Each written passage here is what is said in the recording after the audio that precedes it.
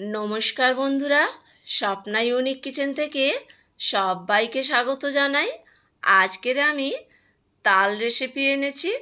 তো তালের রুটি কিভাবে বানাবো সেটা আপনাদের সঙ্গে শেয়ার করব। এখানে আমি আটা নিয়ে নিয়েছি। আটার মধ্যে আমি তাল ছেনে রেখেছিলাম, সেই তালের গাঁথটা দিয়ে আটাটা আমি এখানে মেখে নেব। তো এইভাবে পুরো আটাটা তাল দিয়েই মেখে নিতে হবে।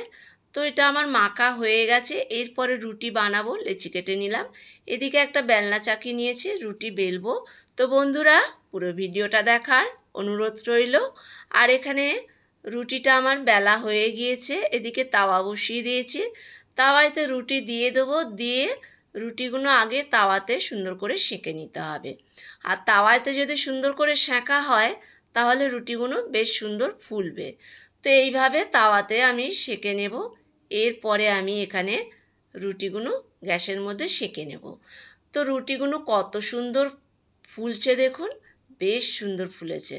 আর এরকম ফুললে না রুটি বেশ খেতে ভালো লাগে, মানে রুটি ফোলা দেখে যেন রুটি খেতে ইচ্ছা করে। যাই হোক, এখানে আমার রুটিগুলো বানানো হয়ে গেছে। তালের কত সুন্দর কালার দেখুন, আর রুটিটা কতটা নরম হয়েছে, মানে এতটা নরম হয়েছে। তো আমার এই তালের রুটি দিয়ে লাল চা খেতে বেশ ভালো লাগে, আমার খুব ভালো লাগে। তো এখানে আমি একটা প্লেট নিয়ে নিয়েছি আর বানিয়ে নেব লাল চা।